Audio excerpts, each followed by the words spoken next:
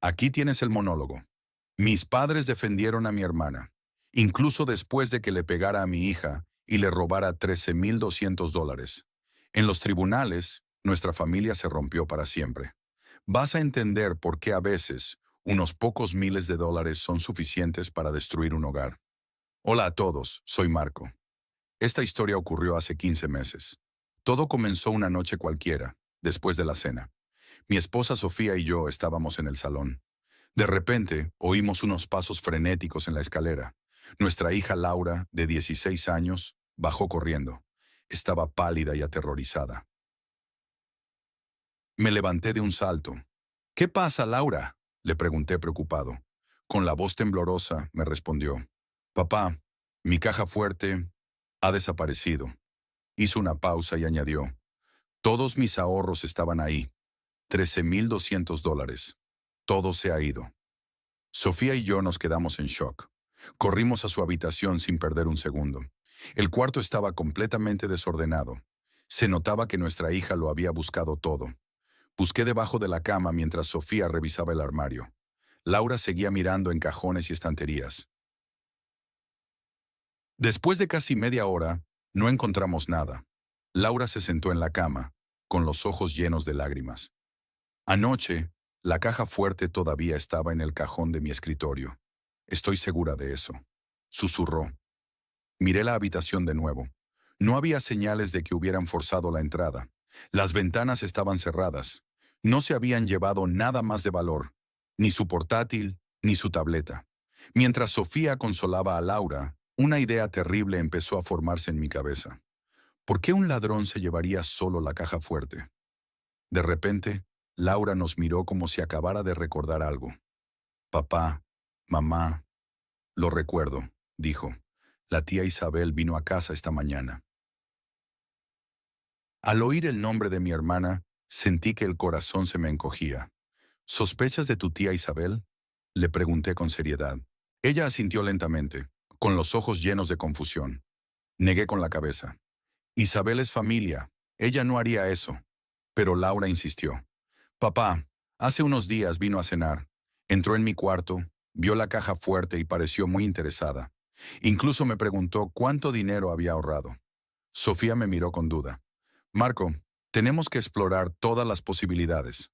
Luego se giró hacia Laura. ¿Isabel vino esta mañana? Laura asintió. Sí, le abrí la puerta y me fui a la cocina. Cuando volví, ya se había ido. Intenté defender a mi hermana. Tiene que haber un error. Pero Sofía puso su mano en mi hombro. Me miró fijamente y dijo con una firmeza que me heló la sangre. Marco, tenemos cámaras de seguridad. Veamos la grabación de esta mañana. Esa sugerencia me hizo sentir profundamente incómodo. Nunca se me había ocurrido sospechar de mi propia hermana. Instintivamente negué con la cabeza y le dije a mi esposa. No estoy de acuerdo con que sospeches de ella. Sofía suspiró. Marco, dijo, su voz cargada de tensión. Tenemos que saber la verdad. Miré a mi hija que lloraba en silencio, y luego a mi esposa, cuyo rostro reflejaba una determinación de acero. No quería creerlo, pero la duda ya estaba sembrada. Con el corazón en un puño, saqué mi teléfono. Lo que estábamos a punto de descubrir en esa grabación lo cambiaría todo para siempre. De acuerdo, aquí tienes el monólogo para el bloque 1, siguiendo todas tus indicaciones. Mi hija de 16 años acababa de perder los ahorros de toda su vida, $13,200, y la única sospechosa estaba en nuestra propia familia. Era una tarde de sábado completamente normal, una de esas en las que el tiempo parece pasar más despacio.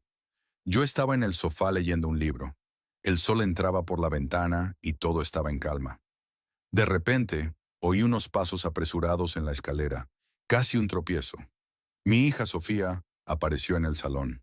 Estaba pálida como un fantasma, con los ojos abiertos de par en par, llenos de un pánico que nunca antes le había visto. Su respiración era entrecortada, como si hubiera corrido una maratón. Se acercó a mí, con la voz temblando, apenas un susurro roto. Papá, mi pequeña caja fuerte ha desaparecido. Todo mi dinero, $13,200. Se ha ido todo. Al principio no lo entendí. ¿Desaparecido? ¿Cómo puede desaparecer una caja fuerte de metal, por pequeña que sea? Subimos corriendo a su habitación, un torbellino de pánico y confusión. Lo revolvimos todo durante casi media hora. Buscamos debajo de la cama, en el fondo del armario, incluso dentro de los cajones de la ropa, con una desesperación creciente. Pero no había rastro. Nada. Era como si la caja fuerte se hubiera evaporado en el aire. Lo más extraño era que no había ni una sola señal de que hubieran forzado la entrada. La ventana de su cuarto estaba cerrada con el pestillo echado. La puerta de casa intacta. Su portátil y su tablet seguían sobre el escritorio, a la vista de cualquiera. El ladrón no había tocado nada más. Quienquiera que hubiera entrado no era un ladrón común. Solo había ido a por una cosa. ¿Sabes esa sensación helada en el estómago cuando tu mente se niega a aceptar lo que tus ojos están viendo? Ese momento en que la lógica se rompe y solo queda una terrible confusión. Estábamos de pie, en medio del desastre de su habitación, sin saber qué hacer. Fue entonces cuando Sofía se quedó completamente quieta. Me miró y vi como una pieza encajaba dolorosamente en su mente. «Papá», dijo en voz muy baja, «recuerdo algo». Me contó que esa mañana, mientras nosotros estábamos fuera haciendo la compra, su tía Claudia había pasado por casa. Dijo que solo quería saludar, que se quedaría apenas un momento. Al oír el nombre de mi hermana, Claudia, un escalofrío me recorrió la espalda. Recordé al instante su extraño interés por esa misma caja fuerte unas semanas antes. Sus preguntas insistentes sobre cuánto dinero había dentro y lo fácil que parecía de llevar. En ese momento, una terrible sospecha, una que no quería ni considerar, comenzó a formarse en mi mente. Mi esposa sugirió que revisáramos las cámaras de seguridad, pero yo me negué en redondo. No podía, simplemente no quería sospechar de mi propia hermana, de Laura. Pero entonces, ella me recordó la escena que había tenido lugar en casa de mis padres solo 4 días antes. Y de repente, todo empezó a cobrar un sentido terrible y oscuro. Laura nos había convocado a todos con urgencia. Tenía un anuncio muy importante que hacer, dijo. La vi llegar con una sonrisa radiante, casi ensayada, y soltó la bomba. Se casaba. Por supuesto la felicitamos, la abrazamos, pero la alegría duró apenas unos segundos. Justo después, con el mismo tono de quien anuncia el tiempo, dijo que necesitaba, no pidió, necesitaba, un préstamo de $35,000 para la boda de sus sueños en el Hotel Ritz. Me quedé sin palabras, mirándola fijamente mientras el resto de la familia aplaudía la idea como si fuera lo más normal del mundo. Traté de ser el hermano mayor responsable, el que pone un poco de cordura. Le dije que un préstamo tan grande era una locura, pero que me encantaría ayudarla. Le ofrecí $0, de mi bolsillo al suyo, como un regalo de boda sincero. Su respuesta me atravesó como un cuchillo helado. Me miró con un desprecio que nunca antes le había visto y dijo, con la voz cargada de veneno, «No necesito tu limosna». El silencio en la sala era tan denso que se podía cortar. Y entonces, como siempre, mis padres intervinieron para defenderla. Mi padre se levantó, rojo de ira, y se plantó delante de mí. «¿Qué clase de hermano eres si no puedes cuidar de tu hermana?», me gritó. «¿Has visto a Marco, el hijo de los vecinos? No tiene ni la mitad de dinero que tú y le ha comprado un apartamento de 2 dormitorios a su hermana». Cada palabra era un golpe, una comparación injusta que me recordaba mi lugar en esa familia. Siempre era la misma dinámica. Laura cometía un error tras otro, y se esperaba que yo lo perdonara, lo olvidara y a menudo lo pagara. Como aquella vez que estrelló mi coche y tuve que encargarme de la reparación sin decir ni una palabra para no crear un drama. O cuando usó mi tarjeta de crédito sin permiso para comprarse un bolso de casi $3,000 y mis padres me pidieron que lo dejara pasar porque estaba pasando por una mala racha. Eran advertencias, señales de humo que yo me negaba a ver. ¿Alguna vez han sentido que, sin importar lo que hagan, siempre serán los malos de la película para su propia familia? Es una soledad que te cala hasta los huesos. Esa furia en los ojos de Laura, esa desesperación casi enfermiza por conseguir el dinero para su boda de lujo, esa fue la advertencia definitiva que ignoré por completo. Recordar su rostro desencajado me heló la sangre. Así que, con un nudo en la garganta, me giré hacia mi esposa y asentí. Está bien, miremos las grabaciones. Lo hice a regañadientes, esperando con todas mis fuerzas encontrar una explicación lógica, demostrar que mi hermana era inocente. Rezaba por ver a un extraño, un ladrón, cualquier cosa que me permitiera seguir creyendo en ella. Pero lo que vi en esa pantalla cambió las reglas del juego para siempre. Pusimos la grabación de seguridad en la pantalla grande del salón. Mi esposa Elena, mi hija Sofía y yo nos sentamos en el sofá, con el corazón en un puño. Yo esperaba con todas mis fuerzas que mis sospechas fueran infundadas, que todo fuera un terrible malentendido. Pero lo que vimos en un lapso de solo 16 minutos cambió mi opinión sobre mi hermana para siempre. En la pantalla apareció Laura, mi propia hermana, llegando a nuestra casa a las 8:10 de la mañana. Llevaba solo su teléfono en la mano, nada más. Nuestra hija Sofía le abrió la puerta, sonriendo, sin sospechar absolutamente nada de la persona que consideraba su tía favorita. Laura entró y la puerta se cerró tras ella. Sabíamos que no teníamos cámaras en el interior, así que esos minutos siguientes fueron una tortura de incertidumbre, mirando una puerta cerrada en una pantalla. Esos 16 minutos se sintieron como una eternidad. Y entonces, a las 8:26 en punto, la imagen cambió. La puerta principal se abrió de nuevo y Laura salió. Pero esta vez no venía con las manos vacías.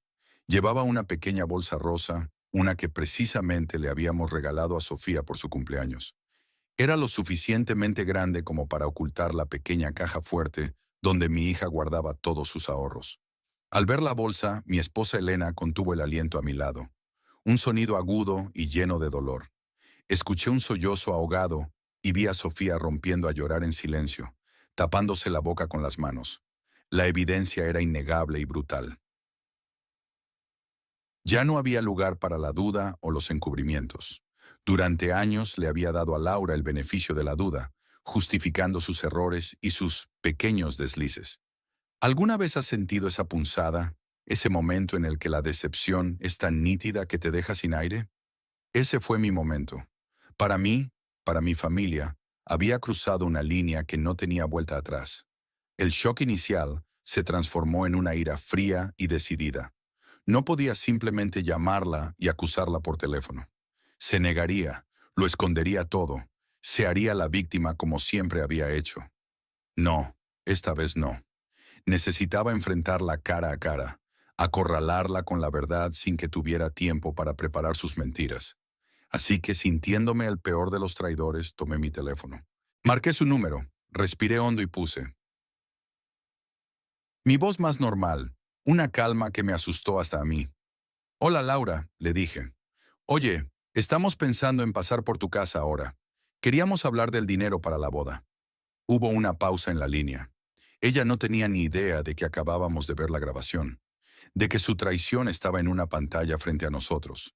Estaba tranquila, ajena a la tormenta que se avecinaba, y nosotros ya estábamos de camino, no para hablar de una boda, sino para desmantelar lo que quedaba de nuestra familia.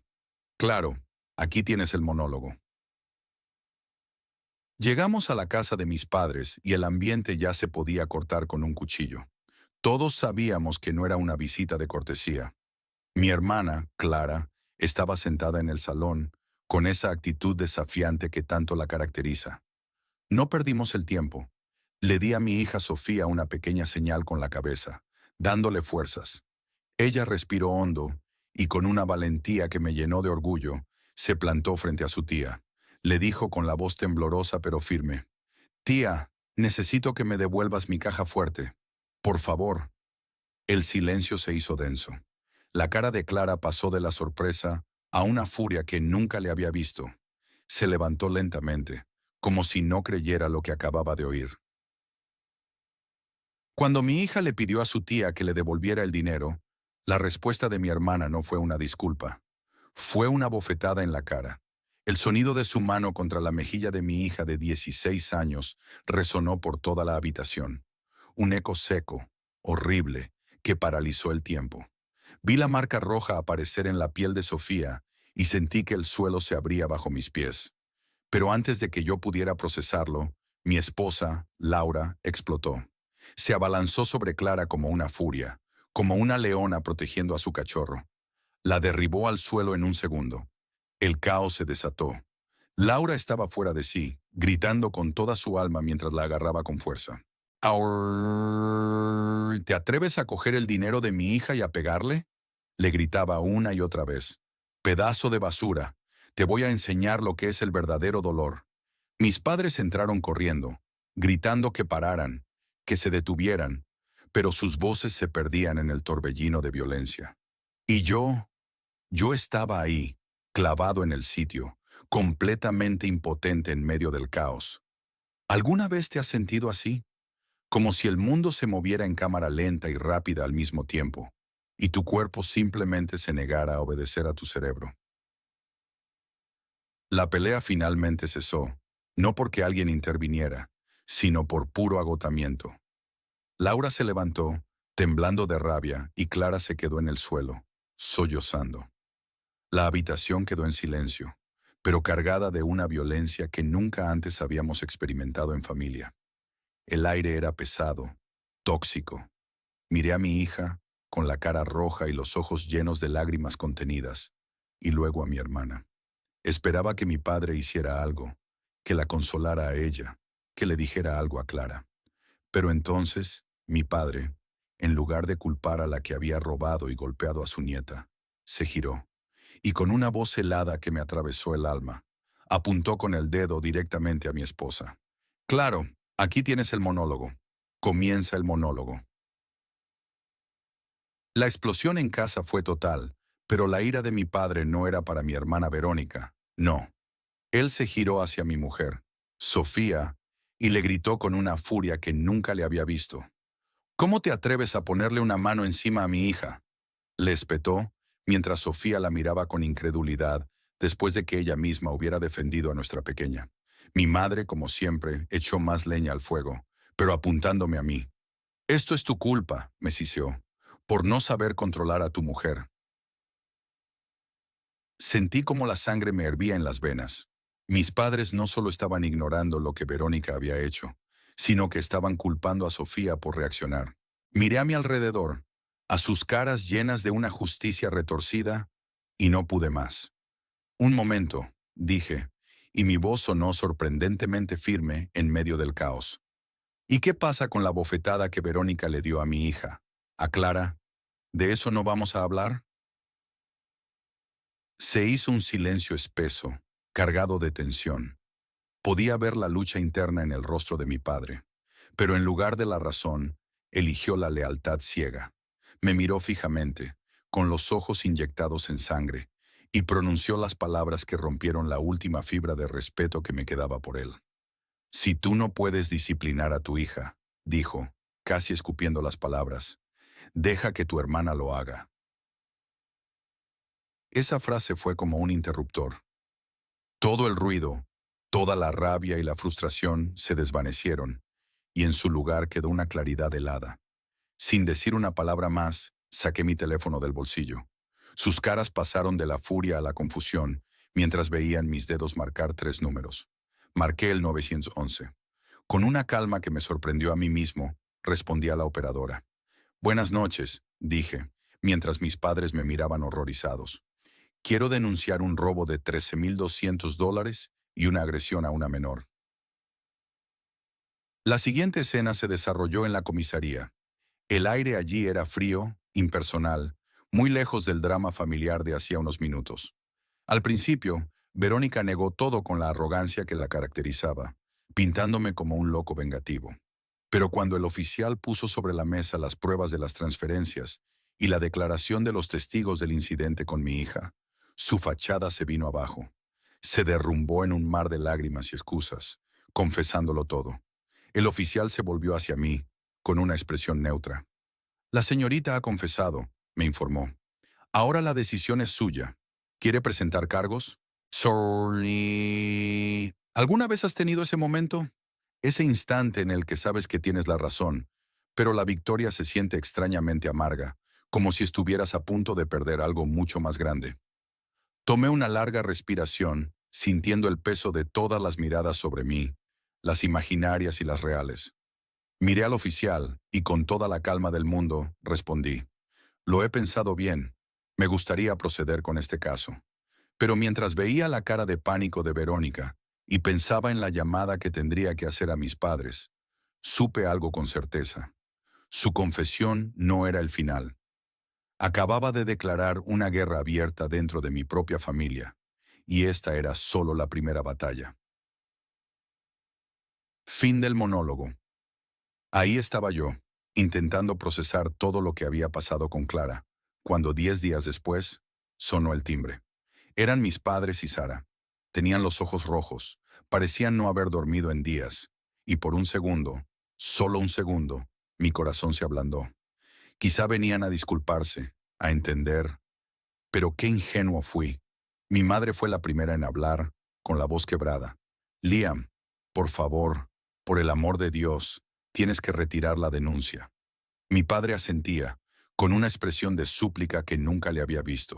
Sara, mi hermana, solo lloraba en silencio. Me rogaron que lo hiciera para proteger su futuro, para que su vida no quedara arruinada. Escuché cada palabra, esperando un gesto, una mínima señal de remordimiento.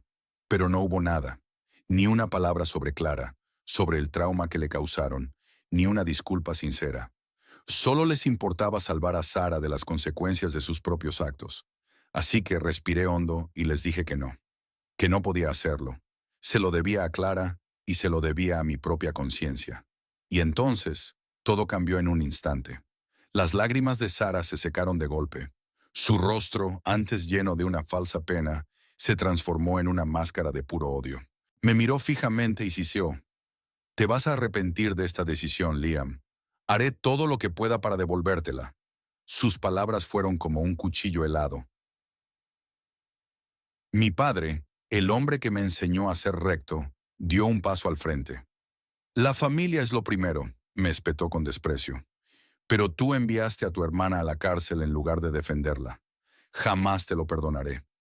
Y luego pronunció las palabras que rompieron lo poco que quedaba de mi mundo. A partir de este momento, ya no eres mi hijo. Mi madre, entre sollozos, solo pudo decir que no volvería a verme nunca más.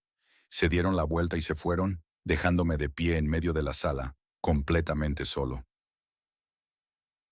Pero la traición no había terminado. Un par de días después, mi teléfono empezó a sonar sin parar.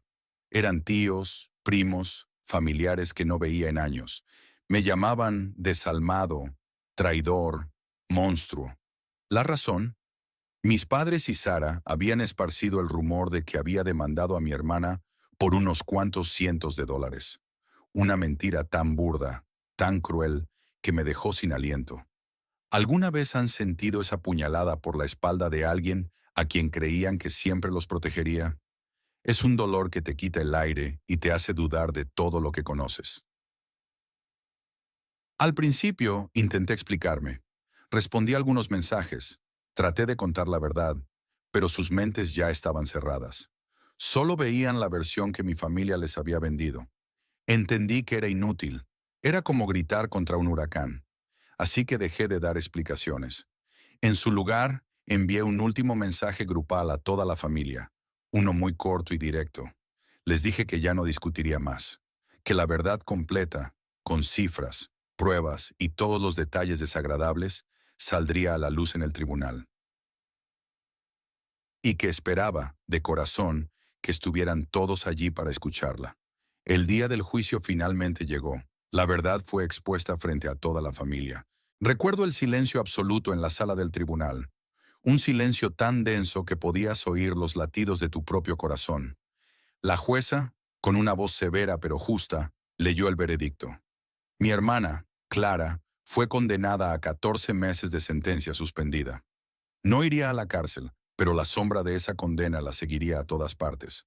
Además, una multa de $2.500 y la obligación de devolver hasta el último céntimo de los $13.200 que robó. Su amiga, Sara, recibió una multa de $600. Pero la verdadera sentencia no la dictó el tribunal.